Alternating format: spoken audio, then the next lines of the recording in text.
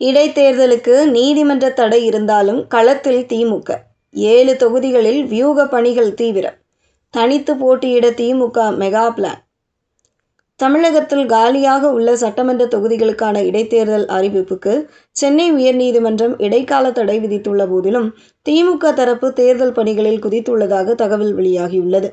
அதிமுகவை சேர்ந்த முன்னாள் அமைச்சர்கள் சி. விஜயபாஸ்கர், எம்.ஆர். விஜயபாஸ்கர் ஆகியோருடன் மரகதம் குமாரவேல், எஸ். ஜெயக்குமார், பி. சத்யபாமா மற்றும் இசக்கி சுப்பையா ஆகிய 6 பேரும் தங்களது பதவிக்காலத்திற்கு முன்பே விலகி அதிமுகவில் இருந்து தாவேக்காவில் இணைந்தனர்.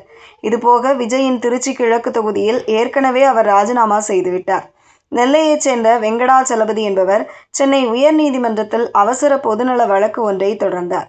அந்த மனுவில் அவர் மிக முக்கியமான சட்ட அம்சங்களை சுட்டிக்காட்டியிருந்தார்.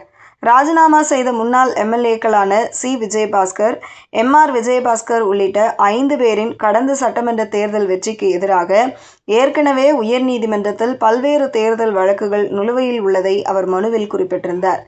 இவர்களுக்கு எதிரான தேர்தல் முறைகேடு மற்றும் வெற்றிக்கு எதிரான வழக்குகள் நீதிமன்றத்தில் நிலுவையில் இருக்கும்போது இவர்கள் ராஜினாமா செய்துவிட்டார்கள் என்பதற்காக அந்த தொகுதிகளுக்கு அவசரமாக இடைத்தேர்தல் தேதியை அறிவிக்க கூடாது என்று மனுதாரர் தரப்பில் மிக வலுவான கோரிக்கை வைக்கப்பட்டது.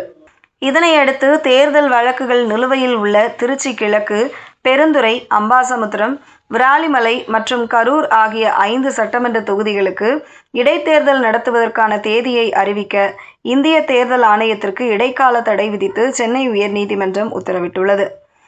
மொத்தமுள்ள இந்த 7 தொகுதிகளில் 5 தொகுதிகளில் தேர்தல் நடத்த நீதிமன்றம் தற்காலிக முட்டுக்கட்டை போட்டுள்ளது. ஆனால் இப்படிப்பட்ட நிலையிலும் திமுக தற்போதே தனது தேர்தல் களப்பணிகளை தொடங்கியுள்ளது. இந்த முறை தேர்தல் களம் வழக்கமானதாக இல்லை. இதுவரை திமுகவின் பலமாக இருந்த கூட்டணி கட்சிகள் இல்லாத ஒரு சூழலிலும் அரசியல் மாற்றங்களால் திமுக தனித்து களம் காண வேண்டிய கட்டாயத்திற்கு தள்ளப்பட்டுள்ளது. குறிப்பாக மிக குறுகிய காலத்தில் அசுர வளர்ச்சி பெற்று பிரதான தலைவர்களை தன்வசம் இழுத்துள்ள முதல்வர் விஜயின் தமிழக வெற்றிக் கழகம் திமுகவுக்கு நேரடியாக சவால் விடுத்துள்ளது. கூட்டணி பலம் இல்லாத இந்த சூழலை ஒரு சவாலாக ஏற்றுக்கொண்டுள்ள திமுக தலைமை தனது சொந்த கட்சியின் பலத்தையும் வாக்கு வங்கியையும் நிரூபிக்க இதுவே சரியான தருணம் என்று முடிவு செய்துள்ளது. இதன் காரணமாகவே தேர்தல் அறிவிப்பு வரும் வரை காத்திருக்காமல் இப்போதே களப்பணிகளை முடுக்கிவிட அக்கட்சியின் தலைமை உத்தரவிட்டுள்ளது.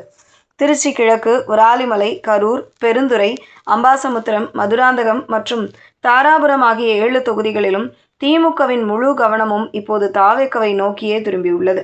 இடைத்தேர்தல் எப்போது நடந்தாலும் அங்கு பிரதான போட்டி திமுகவிற்கும் தாவேக்காவுக்கும் இடையேதான் இருக்கப் போகிறது என்பதை உணர்ந்து அதற்கு ஏற்ற வியூகங்கள் வகுக்கப்பட்டு வருகின்றன.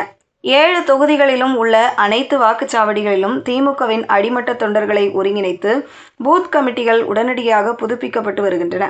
கடந்த கால ஆட்சி சாதனைகள் மற்றும் கடந்த கால மக்கள் நலத்திட்டங்களை வீடு வீடாக சென்று துண்டு பிரசுரங்கள் மூலம் விளக்குவதற்கு தனி படைகள் அமைக்கப்பட்டுள்ளன. விஜய் தலைமையிலான ஆட்சியின் அவலங்கள், மின்சார தடை, பெண்களுக்கு எதிரான கொடுமைகள், முதலீடுகள் வராதது என பல்வேறு விஷயங்களை பற்றி பேச உள்ளார். விஜய் கட்சிக்கு இளைஞர்கள் மத்தியில் எழுந்துள்ள அலையை எதிர்கொள்ளும் வகையில் திமுகவின் இளைஞரணி மற்றும் மாணவரணி நிர்வாகிகள் இந்த 7 தொகுதிகளிலும் முகாமிட தொடங்கியுள்ளனர். சென்னை உயர்நீதிமன்றத்தின் தடை உத்தரவு என்பது தற்காலிகமானதுதான் என்றும் தேர்தல் வழக்குகள் முடிவுக்கு வந்ததும் அல்லது சட்ட சிக்கல்கள் தீர்ந்ததும் நிச்சயம் தேர்தல் நடத்தப்படும் என்றும் திமுக தலைமை நம்புகிறது. எனவே நீதிமன்ற தடையால் கிடைத்துள்ள இந்த கூடுதல் கால அவகாசத்தை தங்களுக்கு சாதகமாக பயன்படுத்திக் கொள்ள திமுக திட்டமிட்டுள்ளது. மற்ற கட்சிகள் தேர்தல் தேதி அறிவிப்பு வந்தவுடன் பணிகளை தொடங்கலாம் என்று மெத்தனமாக இருக்கும் வேளையில் திமுக இப்போதே களத்தில் இறங்கி முன்னிலை பெற நினைக்கிறது. அதிமுகவில் இருந்து விலகி தாவேக்காவில் இணைந்த முன்னாள் அமைச்சர்களான சி. விஜயபாஸ்கர் மற்றும் எம்.ஆர். விஜயபாஸ்கர் ஆகியோரின் சொந்த தொகுதிகளான விராலிமலை மற்றும் கரூரில் திமுக கூடுதல் கவனம் செலுத்துகிறது.